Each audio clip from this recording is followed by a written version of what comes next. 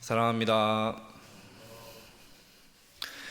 저는 지난 시간 앞선 말씀을 통하여서 우리의 삶이 우리의 눈앞에 있는 현실에 얽매여서 마치 솔밑의 가시나무처럼 그렇게 불타오르며 사라지는 인생이 아니라 모든 악기를 하나님께 맡기고 또 하나님의 크신 그늘 아래에서 생명과 평안함을 나누며 또 누리며 나아가는 삶이 어떤 것인지 함께 은혜를 나누고 함께 그 지혜를 나누었습니다. 우리가 세상을 살아가면서 지혜를 얻는다라는 것은 매우 귀중하고 고귀한 일입니다. 오늘 말씀의 앞부분인 19절 말씀을 보시면은 솔로몬이 고백하기를 지혜가 성읍의 10명의 권력자보다 더 큰 능력이 있다라고 우리에게 교훈을 해주고 있습니다.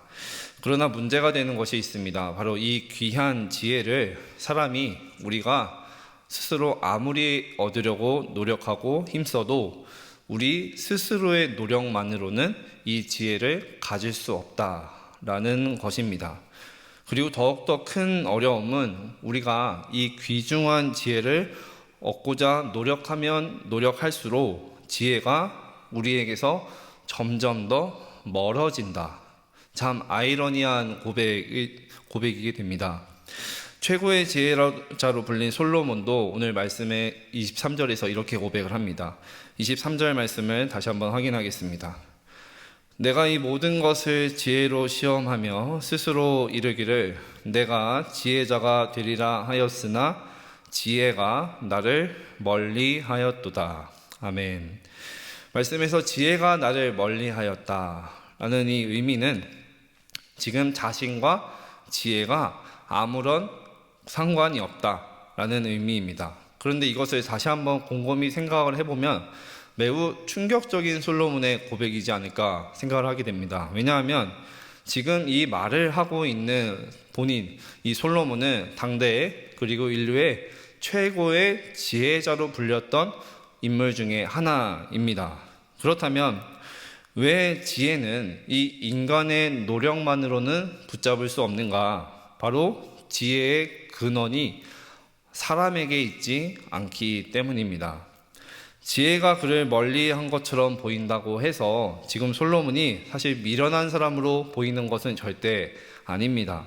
오히려 솔로몬이 이 완전한 지혜자로 불렸던 이 솔로몬이 하나님이 말씀하신 이 완전한 지혜에 이르지 못했다라는 것은 인간이 아무리 지혜롭고 아무리 많은 지식을 갖고 경험을 쌓는다 할지라도 여전히 유한하고 한계 있는 존재다라는 것을 우리에게 깨우쳐주고 있습니다. 결국 이것은 무한하시고 완전하시고 절대적이신 이 하나님과 인간 사이에 결코 사람이 스스로 메울 수 없는 간극이 있다, 한계가 있다라는 것을 우리에게 보여주는 것입니다. 그래서 솔로몬은 고민했습니다. 오늘 말씀 25절을 보니까 이 지혜가 도대체 어떤 지혜인가 궁금하고 고민이 되어 연구하고 자신이 살펴보았다라고 본문에 이야기를 합니다. 그런데 단순히 지혜를 연구한 것이 아니라 이 지혜가 어떻게 우리가 붙잡을 수 없는 이 완전한 지혜인지, 그리고 삶의 현장에서 왜 사람들은 이 지혜를 멀리하고 악의 구렁텅이에 죄의 유혹에 빠지면서 살아가는지, 이것에 대해서 심도 있게 고민하며 우리에게 다시 한번 교훈을 주고 있습니다. 솔로몬의 연구 결론은 말씀에 나타난 것 같이 이와 같습니다. 우리 화면의 말씀 26절 상반절 말씀을 같이 확인하겠습니다. 마음은 올무와 금을 같고 손은 포순 같은 여인은 사망보다 더 쓰다는 사실을 내가 알아내었도다. 아멘. 이 구절이 종종 여성을 어떤 차별한다, 비하한다라는 구절로 오해를 받지만 사실 이 말씀은 실제로는 죄의 유혹을 지금 의인화하여서 묘사하고 우리에게 설명하고 있는 모습입니다. 잠언에서 지혜라는 단어를 생각했을 때 지혜를 현숙한 여인으로 묘사하고 또 우리에게 알려주고 있듯이 솔로몬은 지금 사람을 파멸로 이끄는 이 죄의 유혹을 치명적인 유혹자로 묘사를 하고 있는 것입니다. 그리고 이러한 모습은 어쩌면 솔로몬 자신의 그 뼈아픈 과거의 모습을 이야기하고 있는 것인지도 모릅니다. 솔로몬은 과거에 수많은 이방 여인을 사랑하였습니다. 그리고 결과 마음을 빼앗겼고 또 하나님으로부터 멀어졌으며 나라가 분열되는 비극을 그는 맞이하게 되었죠. 죄는 이토록 강력합니다. 아주 작은 죄라도 우리 마음을 올무처럼 얽매일 수 있고 우리 손을 포승줄처럼 묶어버릴 수 있는 것이 바로 죄입니다. 솔로몬 같은 지혜자도 죄의 유혹 앞에서 한순간에 무너진 것을 우리는 너무나 잘 알고 있습니다. 그래서 우리는 기억해야 합니다. 우리 힘으로는 지혜자였던 솔로몬도 이길 수 없었던 그 죄, 우리 인간의 힘으로는 결코 죄를 이겨낼 수 없다라는 사실을 기억해야 합니다. 오직 26절의 하반절 말씀처럼 하나님을 기쁘시게 하는 사람만이 그 유혹에서, 죄의 유혹에서 벗어나게 되는 것입니다. 내 의지가 아니라, 내 선택이 아니라 하나님의 마음을 쫓고 하나님의 마음을 기쁘시게 하는 사람만이 그 삶을 선택할 때 비로소 죄의 사슬은 끊어낼 수 있게 되는 것이죠. 솔로몬은 계속해서 자신의 안타까운 심정을 말씀에서 이야기합니다. 28절 말씀을 다시 한번 확인하겠습니다. 내 마음이 계속 찾아보았으나 아직도 찾지 못한 것이 이것이라. 천사람 가운데서 한 사람을 내가 찾았으나 이 모든 사람들 중에서 여자는 한 사람도 찾지 못하였느니라. 아멘. 계속해서 끊임없이 마음이 이 지혜를 찾기 위해서, 삶의 지혜를 찾기 위해서, 완전한 지혜를 찾기 위해서 찾아보고 고민하고 연구하였지만 찾지 못하였다. 천 사람 가운데 한 사람을 찾지 못했다. 솔로몬이 고백합니다. 이 말씀에서 근데 천 사람이라고 하는 것은 실제로 솔로몬이 1000명을 연구했다는 것은 아닙니다. 그런 뜻이 아니고 충분히 내가 정말 많은 사람들을 연구하였다라는 표현의 의미입니다. 또한 말씀의 하반절에 여자는 한 사람도 없다라고 말하는데 이 표현도 여성을 어떤 차별하는 의미가 아니라 그만큼 참 지혜를 가진 이를 내가 찾지 못하였다라는 표현을 묘사를 하고 있는 것이죠. 이처럼 지금 솔로몬은 하나님을 기쁘게 하며 죄의 유혹을 피하는 일을 찾아보고 애써서 눈을 떠서 찾아보았지만 도무지 찾을 수 없었고 그의 눈에 보이지 않았습니다. 그렇다 보니 자연히 진정한 지혜를 손에 넣을 단서도 얻지 못하였고 결론적으로는 우리 스스로의 힘으로는 타락한 본성을 이기고 하나님이 원하시는 정직한 모습으로 살아갈 수 없는 우리는 연약한 존재이다 라는 것을 깨달은 것이죠. 감사하게도 솔로몬은 이 과정에서 또 하나의 진리를, 단서를 발견하게 됩니다. 본문 29절 말씀을 제가 다시 한번 읽겠습니다. 내가 깨달은 것은 오직 이것이라. 곧 하나님은 사람을 정직하게 지으셨으나 사람이 많은 꾀들을 낸 것이니라. 말씀의 표준 세번역으로 한 번 더 보겠습니다. 다만 내가 깨달은 것은 이것이다. 하나님은 우리 사람을 평범하고 단순하게 만드셨지만 우리가 우리 자신을 복잡하게 만들어 버렸다는 것이다. 아멘.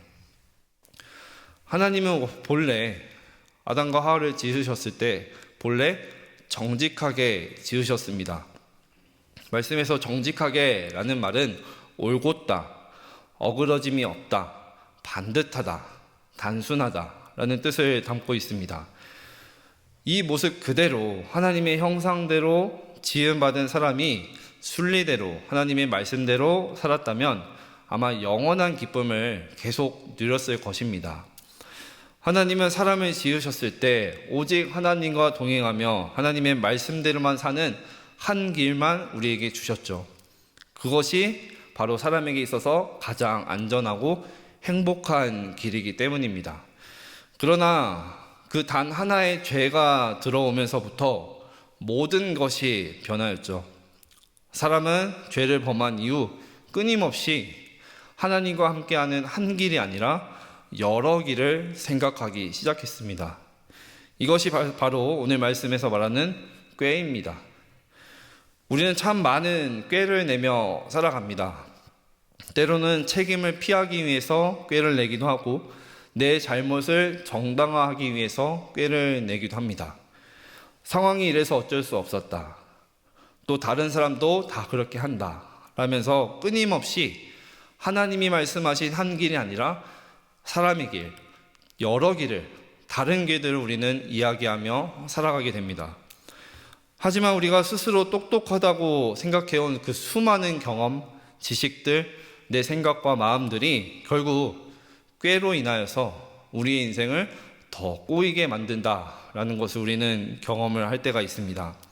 온갖 재주를 부려보지만 우리의 삶이 더 실타래처럼 엉키는 것을 경험하게 됩니다. 결국 세상의 모든 모순과 비극은 하나님께 있는 것이 아니고 하나님께 책임이 있는 것이 아니라 하나님의 이 단순한 원리를 거스르고 자기 마음대로 하려 했던 인간의 그 작은 꾀, 생각에 사로잡혔기 때문에 그 원인에 있습니다. 그럼에도 우리가 이렇게 정직하게 창조되었다. 하나님이 처음 사람을 지으셨을 때 올곧게 바르게 창조하셨다라는 사실은 어쩌면 우리에게 다시 한번 희망의 끈을 놓지 않게 한 것 같습니다. 결국 하나님을 경외함만이 다시 하나님을 경외하고 올곧은 마음으로 한 길로 나아가는 것이 우리의 삶에 얽힌 실타래 같은 그 삶의 문제를 푸는 정답인 줄 믿습니다. 세상이 주는 것들은 잠깐은 화려해 보이지만 결국에는 우리의 손을 묶는, 우리를 옥죄는 포승줄이 될 뿐입니다. 바라옵기는 우리의 인생을 복잡하게 만들지 말고 얕은 생각과 꾀를 내려놓고 매 순간 한 길로 우리 마음이 하나님께로만 향하면 좋겠습니다. 우리 앞에는 언제나 인간의 지혜, 세상의 지혜, 또 나의 지혜, 하나님의 지혜가 놓여져 있습니다. 무엇을 선택할지는 우리의 자유입니다. 하지만 그 결과도 우리의 삶에 고스란히 남게 됩니다. 하나님께서는 그래서 지금도 우리에게 말씀하십니다. 나와 내 말을, 내가 너에게 전한 이 약속의 말씀을 너는 굳게 잡으라. 날마다 우리에게 주시고 말씀을 하십니다. 하나님을 경외하고 우리가 하나님을 선택할 때, 하나님의 말씀을 선택할 때 꼬였던 인생의 매듭이 풀리고 진정한 지혜가 임하게 될 줄 믿습니다. 많이 경험을 하셨고 느끼시듯이 또 세월의 길이가 길어질수록 인생의 연륜이 깊어질수록 더욱 분명해지는 것이 있죠. 바로 하나님의 말씀에 순종하고 하나님을 목적으로 삼고 사는 것에는 결코 후회가 없다라는 것입니다. 왜냐하면 하나님의 말씀과 하나님은 영원하시기 때문입니다. 말씀을 읽겠습니다. 우리는 늘 유혹에 넘어갑니다. 오늘도 사소한 유혹에 많이 넘어갔을 것입니다. 이유는 하나입니다. 하나님의 마음에서 그 순간 분리되었기 때문입니다. 그때부터 우리의 삶이 복잡해지는 것이죠. 우리의 삶이 평범하고 단순하게 회복되었으면 좋겠습니다. 하나님이 처음 지으셨던 모습, 정직한 모습으로 회복되었으면 좋겠습니다. 그래서 복잡한 꾀가 아니라 하나님의 지혜로 가득한 우리의 삶이 되기를, 또 참지혜신 주님과 동행하며 복잡한 이 세상 속에서 가장 단순하고 강력한 그 믿음의 길을 걷는 우리의 삶이 되기를 간절히 소망합니다.